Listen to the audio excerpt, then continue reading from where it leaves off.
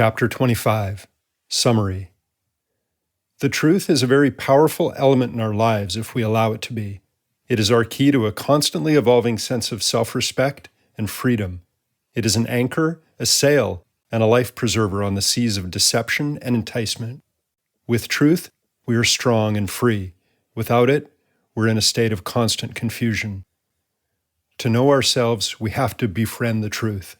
To be fully alive, we must learn to look for it in every moment.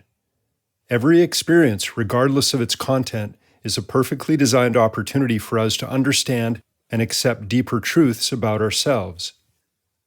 As we begin embracing these insights, we can start to extricate ourselves from the self-limiting, unconscious behaviors that have kept us small, afraid, and separate from ourselves and from life.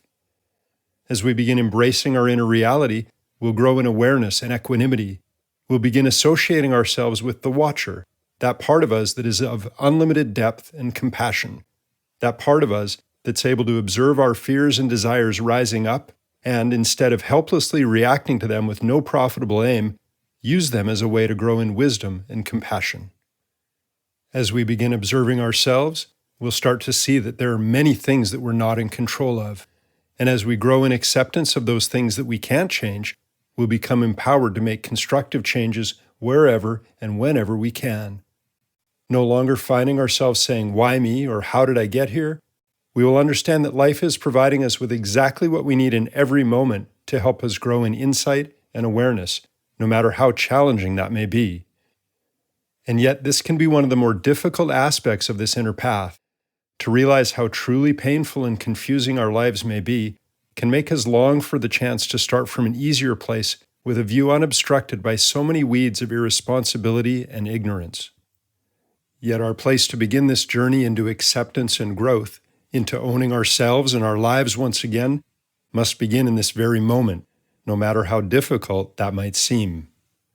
And so, as we dare to take that first step or that thousandth, we need to know that we're not alone on this path. We have to remember that life is holding us in her bosom, providing us with all of the tools that we need to realize our potential in every moment. This life is ours and is for us. We're so valuable and precious that God and her universe are doing everything possible for us at all times, whether we realize it or not, to help us come to know ourselves and our true gifts so that we can help them be born into the world. We can stand around all day, all year, or our whole lives saying, "What should I do with my life?"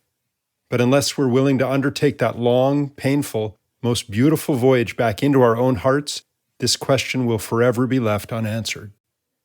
With every fear or painful encounter, life is trying to harvest us so that we can fill its basket with our own personal fruit, so that we can better understand ourselves and accept and learn from all of our emotions and grow into individuals who are open to the music of the heavens moving through them, so that we can become a vehicle for the perfection of life, a unique instrument being played as only we can, so that we can sing the song that wants to move through us, the song that only we can tune into, that only we can hear. As we begin looking for the truth within us and start acting upon it, our ability to resonate with it improves. We start to become more authentically creative and move into a place of doing, not for taking from life, but for giving back to it. As we begin integrating all of the elements within us, we'll become less and less buffeted by the winds of change, and instead start looking to them as indicators of where our vessel should head.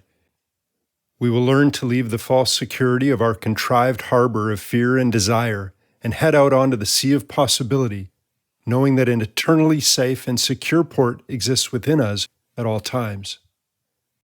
As we learn to run not to outer comforts when we feel upset, but to ourselves, we'll find a strength forming that is born not of struggle, but of acceptance, a strength built upon a constant turning to our inner world and our own needs.